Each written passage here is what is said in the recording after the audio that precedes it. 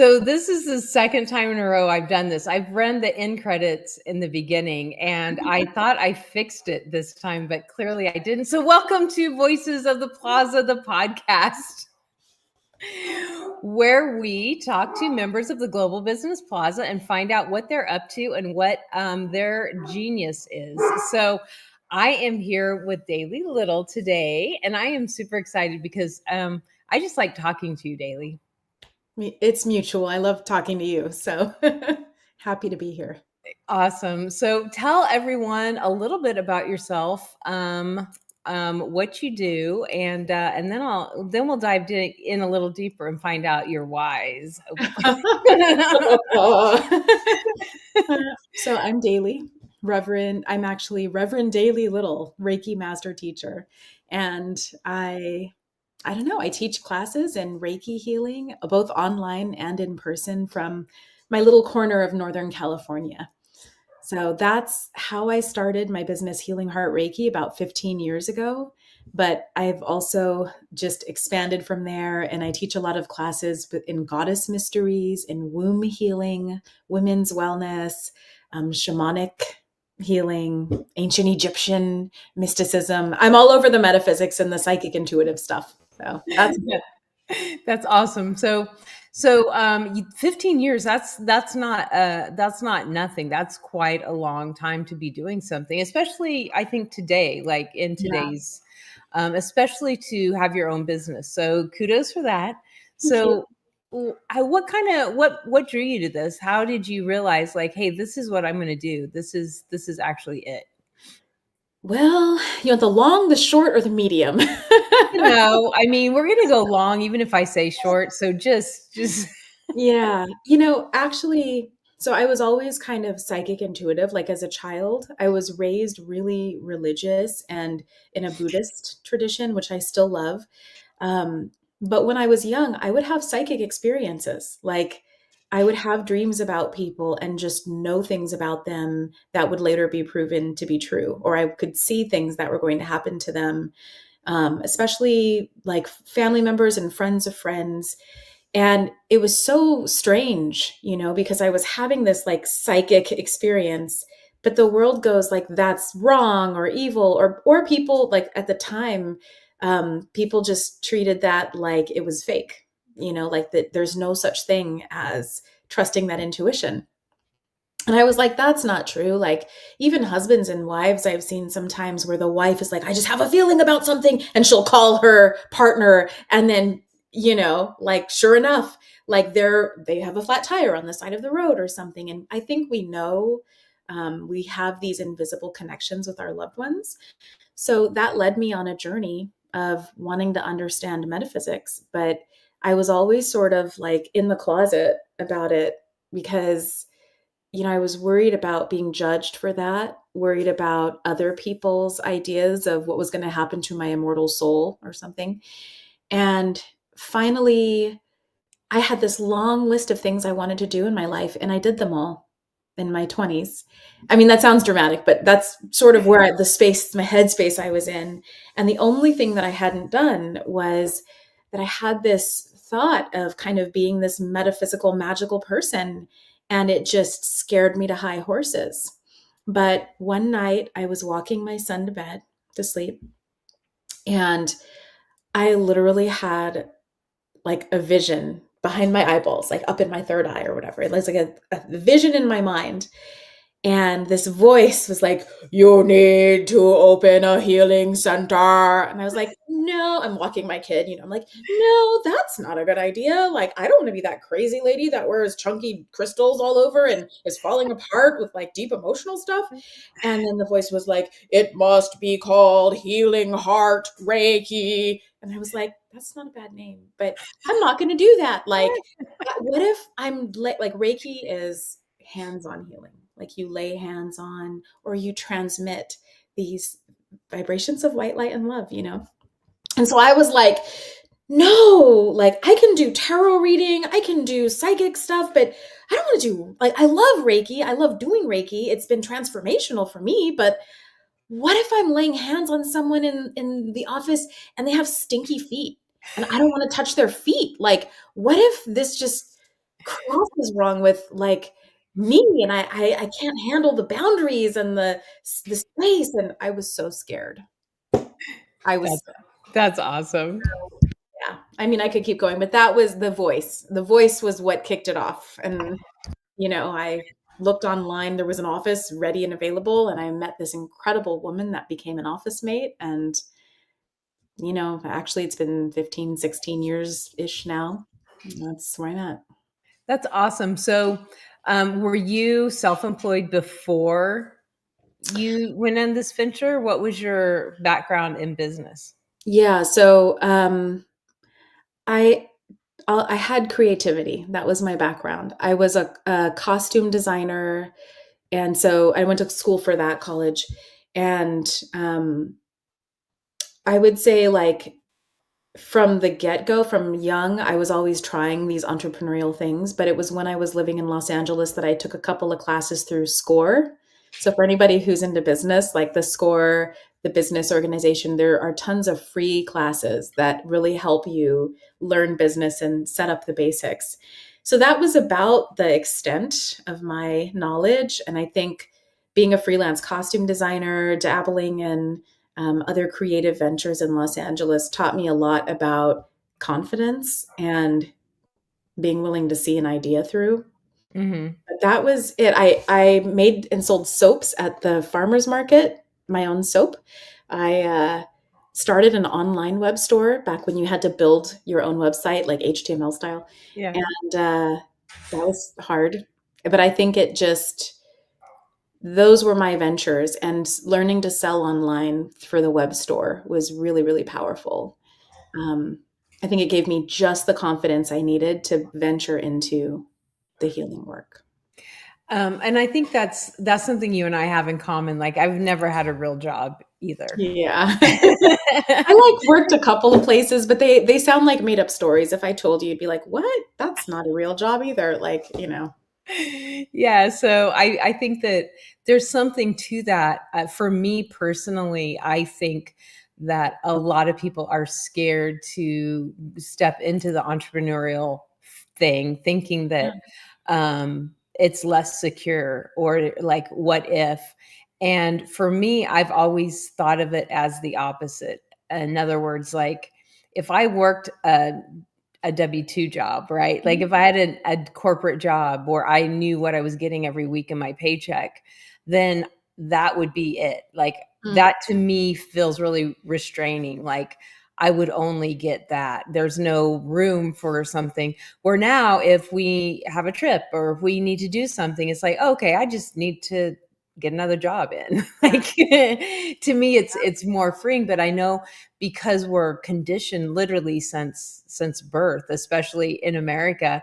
Yeah. I mean, our school systems were built to teach us how to work in factories. So, we're conditioned that, to think in a box. So when I see somebody that's doing what they're passionate about, what their life's calling is, and they're making money at it, I think that's just perfect. I love that. Mhm. I've always felt that I've been very fortunate because I've always been able to do what I love. And I've Mhm. never had to be like, I've got to go to work today. Yeah. Like, I'm like, why?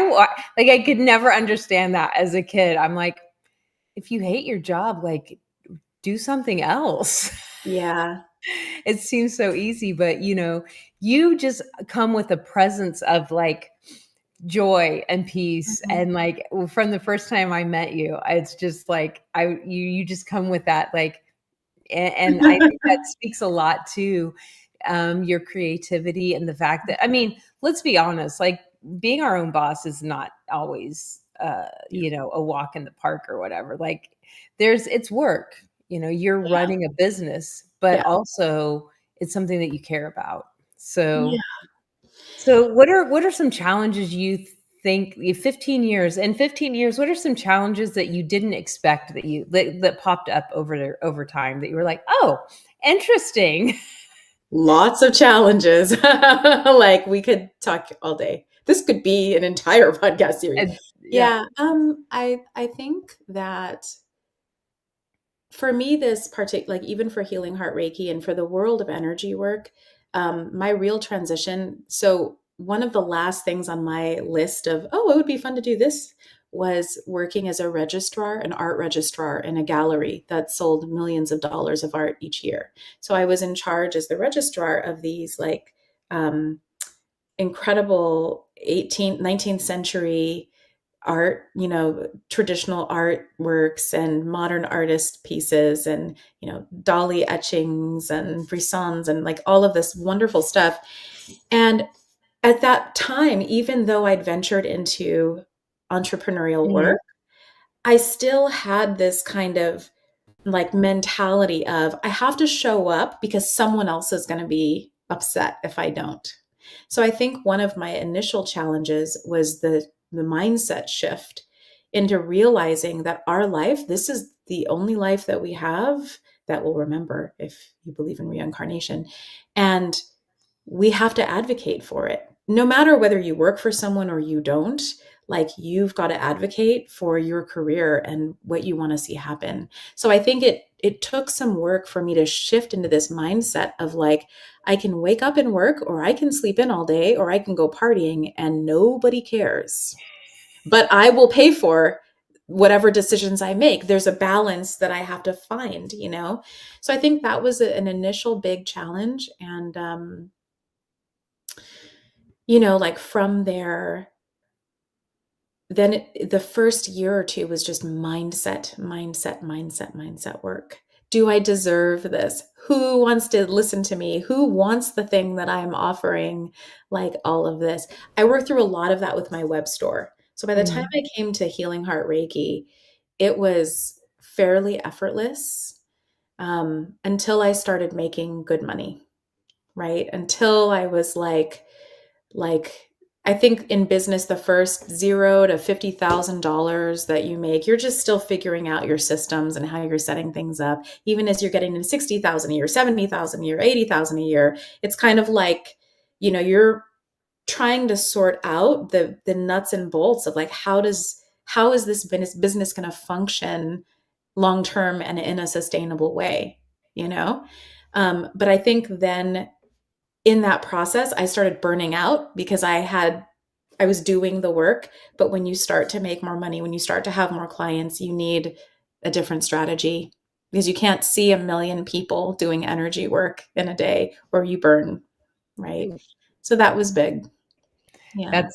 That's it's funny because I actually posted on LinkedIn this morning something similar to that. It's Mm. like we all say that we like change and we're spontaneous until change happens, and then we're like, oh, we don't want Yeah. change. Yeah. And I think that a lot of times we in our business we like that structure and we get in our ruts and we don't even Mhm. realize it and we forget to leave space for that growth. Yeah. And growth means change. Like you have to figure out, okay, well, I can't physically, have that many people every day. So what else can I do? Like how else can how can I help more people? Right. Oh, teach. Wow, yeah, that's something. Like all these different things. So when did you start teaching? I actually started teaching right off the bat. Like, I think teaching is something that was in my family. I loved the idea of it. And yeah, I would say my first year was when I taught my first Reiki class.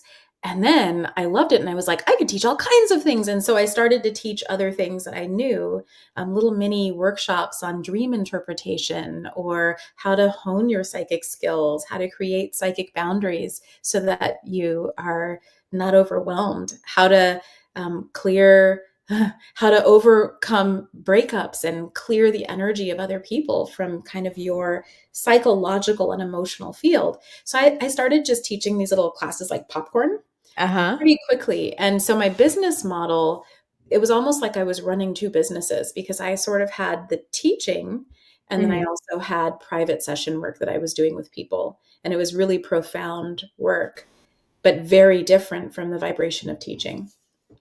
Yeah.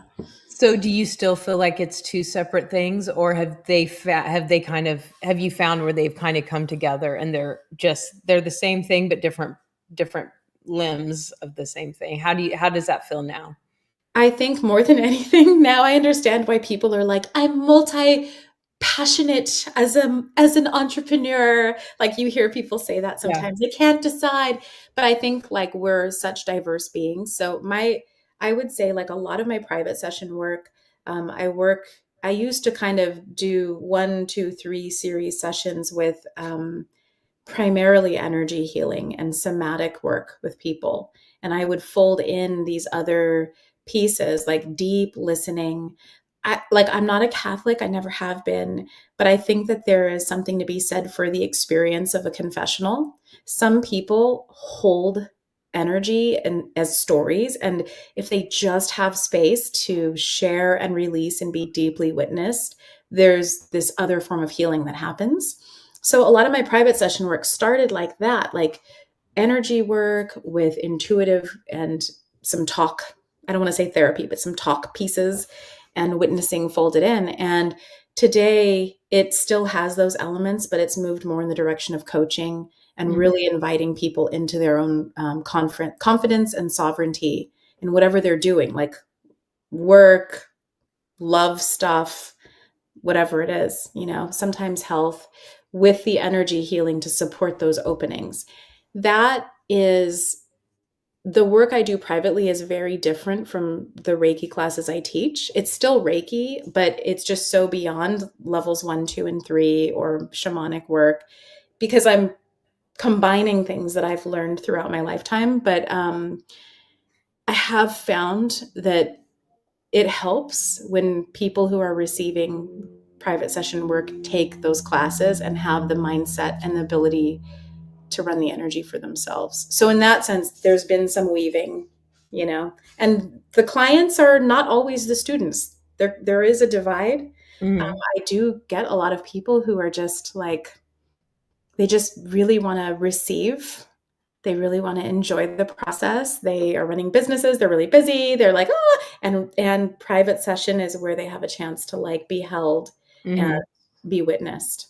Maybe often people who are just holding space for so many others, right? A lot of healers, a lot of, I'm like thinking who else? Like healers, business people. I've done a little bit of work with some actors and a lot of therapists and that kind of thing. But yeah, it's still, I'm all over the place. It's great. It's how So I do refresh.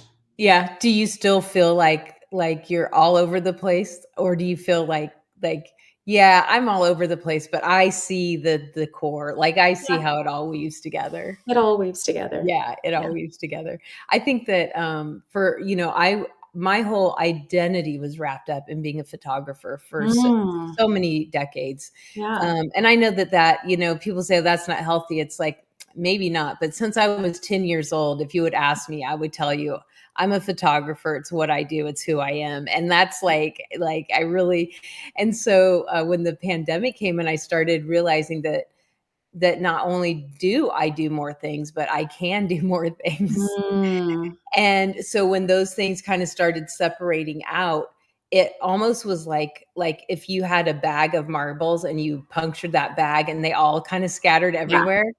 It kind of felt like that for a long time. But then once I started picking them up and going, oh, this is useful and this is useful, then I was like, oh, no, they're actually still all the same set. Yeah.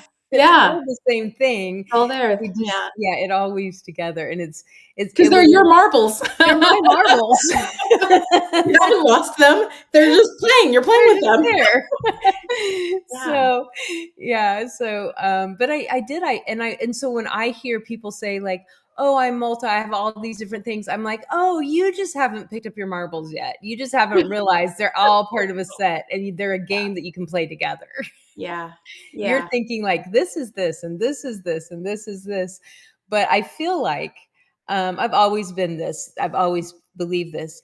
If you have a passion about something, if you have a desire to do something, you already have every single thing you need to Yeah. accomplish that. I think You just need to, usually it's have somebody help you pull those things out and show you what you already have inside of you.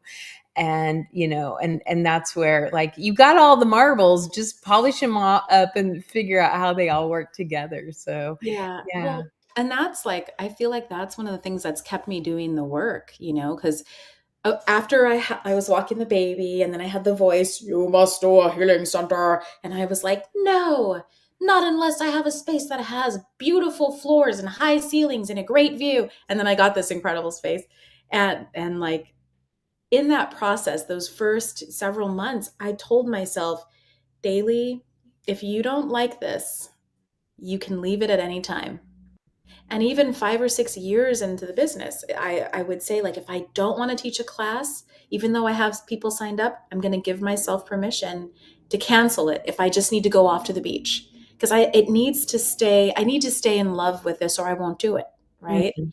And one of the things that I just continue to come back to again and again is the transformation with people. Like, we're in such a fast paced, fast moving world. And I feel that a lot of people have forgotten that they actually can heal themselves. Like, sometimes we need doctors, we need other people, but like, to have this sense of personal agency, and to know that no matter what you're facing in life, actually what you need is right here. And your body is this incredible healing organism. It's the most advanced machine on the planet.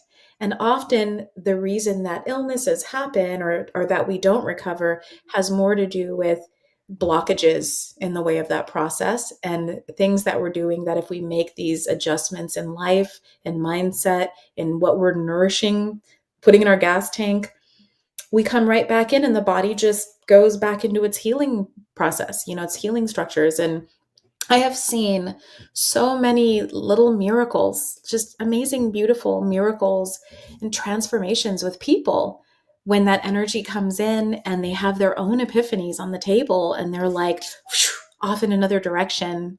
And it's like, wow, did that really happen? Like, people are amazing, and I fall in love with people in those moments.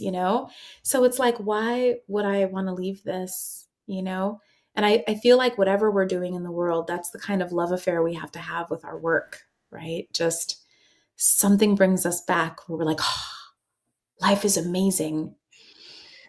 Yeah, exactly. And um I just want to like reiterate something that you said, and that's talking about our bodies. Mm, I think we don't give our bodies the credit that our bodies deserve.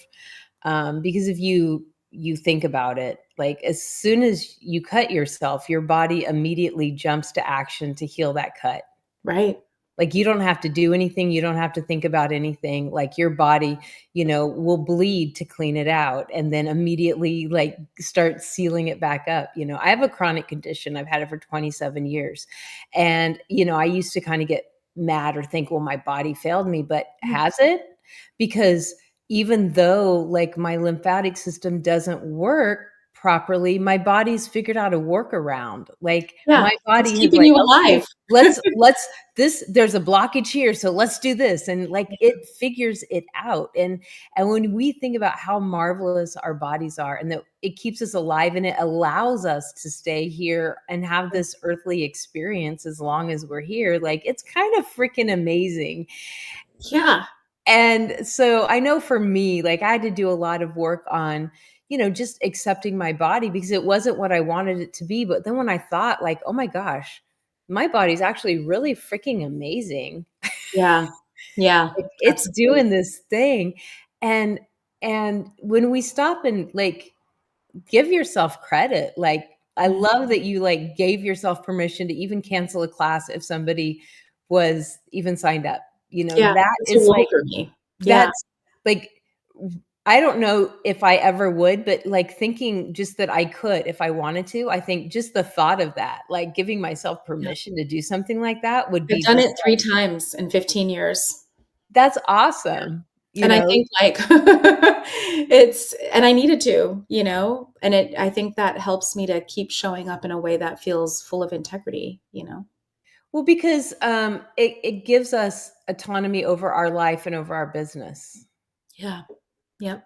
Because, we say we're working for ourselves, but we're no, you're not. You're working for everyone else. Yeah. So, like, figure that out. Like, what does that look like? And if you show up to do something and you're not 100%, then you're not really being honest and authentic because they're not getting what they paid for anyway, Yeah. because you're not there. And Yeah. so that's like just the thought of that is like kind of freeing. Like that's pretty revolutionary right there. That's some mic drop stuff you just Bam. said. Yeah, but I love what you said about just your body being amazing, and like that is when I started doing energy work, like one of the things I've been really just honoring in the last year around all of this and in the community that I have and people is I think sometimes we get this idea of who we are. We get into these fixed identities and we forget that like we can change, we evolve, we grow, and we can be hard on ourselves if we fail or we do something we're ashamed of and we think that's who I am. And then it becomes this painful thing. But I've been really just like looking back on the trajectory of the last 15 or so years and going like, oh, yeah, when I started, I just had so much, like I was so full of light, so hopeful, so scared. But also on a healing level, there was a lot that I was doing right. And a lot Mhm, of things that now I would say that mindset is not what I bring to the healing table, right? But I was serving exactly who needed that and in that way at that time. And now I'm serving who I need at this time. So one big shift was around the idea of even what healing means. When I started, I was still in this mindset that like sometimes we're just broken and we need to be fixed, you know? And then over the years, that evolved into this understanding that that's not true. We're whole, we're fine. These are subtle realignments and subtle shifts so that we can be a little bit happier and more fluid in our manifesting process. And our body, like, if we think of our bodies as broken because they're not doing what our ego wants them to do, that can just set us up in such a rut of pain. mhm.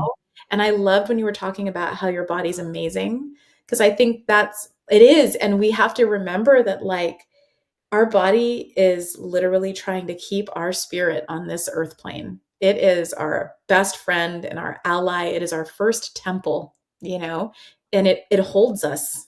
Like, if we didn't have a body, Right.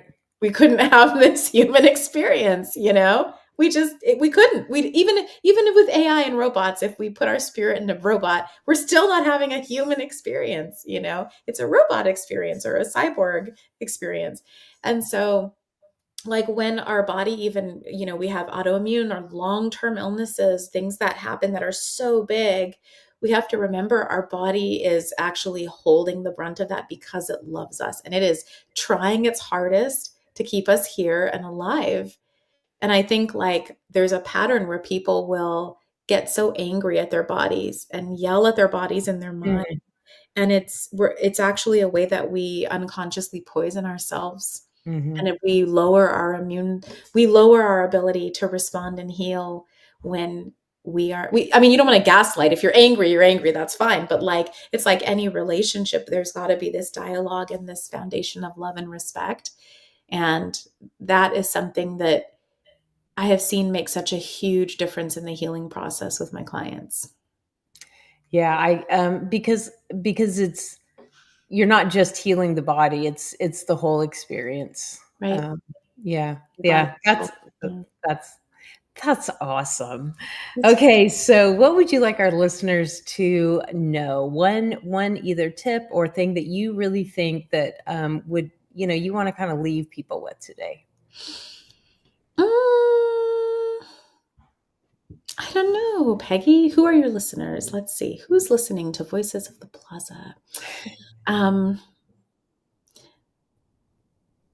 all I can think of is like the most canned tips. I didn't think about this, Peggy. I never let you guys think about it because I want Okay. something that's just off, like just off the top of your head. Like Okay. what comes to mind? I'll tell you what comes to mind. It's a little long-winded.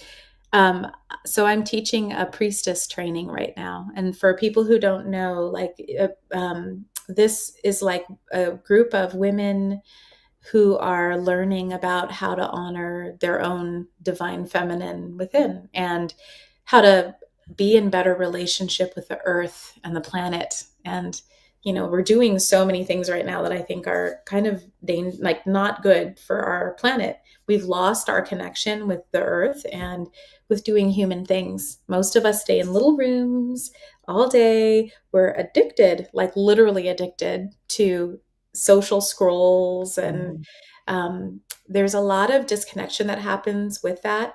And our body has its own biorhythms and its own like literally a flow that's happening in our blood, pulses and rhythms that keep us alive. And now we're in training into these other things like my beloved computer. I love it so much, but like I do, but like we're in training into that instead of the wind and the trees and the flow of water in a brook right up the street that we could sit at.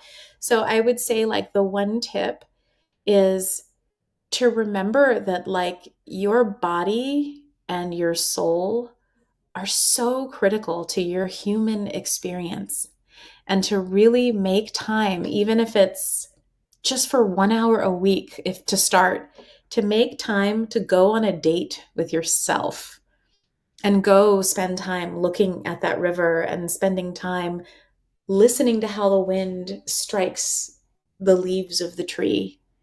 Because when we do that, we actually entrain into those nature cycles again. And that's how our mind and our brain is meant to fire.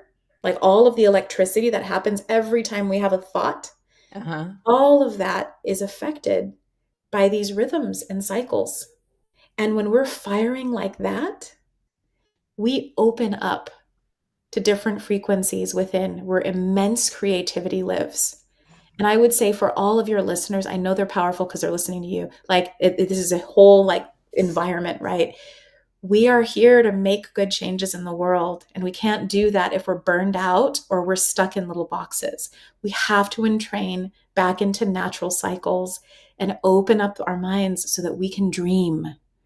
And it's through dreaming that we bring forth this next iteration of life, these next years, hopefully in a most beautiful way, right? So go outside. That's my tip. Go sit Take your shoes outside. go sit take your shoes off and go sit outside. Go sit And outside. dream. We forget to dream. I forget to dream. Like, I'll get in that and I'm like, "Oh my gosh, like, stop, Peggy. Like, stop." Yeah. I have this thing that I think I have to be being productive like 20 hours a day, and that's not good. That's not healthy, and Mm-mm. it's not a way to move forward. It's actually a way to stop growth. We Yeah. need to like you have to make room for growth, and if you're always doing, doing, doing, there's no room. You have Yeah. to let your imagination go. Yeah, a few years back, I was really stressed, and my body started rejecting things, and I couldn't eat a lot of different foods. Gluten was making me have issues, like everything. So I became sort of gluten free and vegan, and it was actually fun. My body felt good with that, but it was, and then I just wasn't happy. I was still getting like hives and rashes and all kinds of weird things. And I ran the gambit of like the most incredible supplements and this, and it was good. It was really good. But you know what happened? I went to a friend's wedding across the country, and I was so happy for 4 days, dancing, laughing, meeting her friends, hanging out. She's such an important friend. And and then even like I couldn't eat the things that they had no probiotic coleslaw or whatever. Like I had to eat like steak and like macaroni and cheese with cheese all melting, and I was like, this is gonna hurt me, I know, but I was so happy. I was so happy, and I just entrained into like the love and the flow of these people, and I came home and I was fine. Mm. I was like totally fine. I mean, that's crazy. There's no scientific explanation. Well, there kinda is because stress is, like, really, really harmful to our bodies. Right. So, I I mean, that mean, is the science. That's about that as is the scientific as I get. scientific proof right there. Yeah, Yeah, but it's like absolutely. that, just letting go and returning to what my body and trusting the joy, and like knowing that all of the things that I've been through in my life, like we're always going to find a way through. We have to let go. We have to go out and dream and be in nature and be with those that we love. And that actually helps us to heal. Yeah. Aw, that's awesome. That's awesome. I love that. I love that. Okay, so now the next segment of this is tell me about the plaza. Like, tell me what you like about the Global Business Plaza, and why you decided to come, or why you decided to stay here with hanging out at the plaza. Yeah. So I really love the plaza. I just love the people, like you, first of all, being able to be on GoBrunch, being able to be in this sort of environment that is, Mhm. um, it's not just like Zoom, like you're actually like the GoBrunch allows you to be in a room, a shared space with a shared visual experience with people. And I think that mimics something really important that we experience in everyday life, right? Like Mhm. you go to a coffee shop, you meet someone, and that meeting isn't just meeting that person, it's also the coffee shop that brings that and the people attracted to that coffee shop. So I've loved meeting people in the plaza. I've loved the resources and the calls that where we're able to learn, we're able to, I don't know, it's given me a lot of accountability and just really opened my eyes to ways that I can grow as a businesswoman and a business person. But everybody has the best personalities. They all have their beautiful idiosyncrasies that I love. There's just such authenticity. And it reminds me that we have to have that in business. The world is not actually built on corporations. It's built on the blood of small business, of beautiful dreams and ideas that people have. And that's what keeps it going. And that's what keeps the passion alive and the connection between people in larger communities. We lose that if we forget it and we try to become homogenized. It doesn't work, It right? doesn't So work. that's what I love about the plaza. Yay. Well, I love all of you. I love you being in the plaza. So well, thank you so much. And you have to come back on Voices of the Plaza again soon, because I know everybody's going to love this podcast and going to have questions for you. So we will see you again. If Yeah. you want to find Daily, you can go to globalbusinessplaza.com and go all the way to the bottom and search her in the directory, or hunt through the stores and find her little icon and go pop right into her space and check out what she's doing. So, is there any other way that you want people to find you? I would love them to find me that way. They can also find me through my website. My name again is Daily Little, and my business is Healing Heart Reiki. And they can find me at santarosareiki.com. www.santarosareiki.com. .com. But yeah, I would love to come back sometime and maybe we can talk about like ways to magicify people's businesses and like the Ooh, process of when you're working in business and you're doing your thing, how can you bring the magic into that and how can you bring more holistic awareness and support into your process of your everyday work? I love that. I think we should definitely do that. Yeah, it'd That's be fun. that's that's that we'll do that. Okay, so since I played the outro in the beginning, let's play the intro as we leave. Yes, every ending is a new beginning. Every ending is a new beginning. We totally did this on purpose, folks. Yes, I will see you next Thursday, and thanks for joining us. Welcome to Voices of the Plaza, the podcast, hosted by Peggy MacArthur. This is where we amplify stories of empowerment, innovation, and success from the heart of the Global Business Plaza. Each week, Peggy introduces us to one of the creative business people, entrepreneurs, and industry experts who are shaping their fields and redefining success. Together, we'll explore unique journeys, highlight remarkable expertise, and uncover the inspiration behind their success.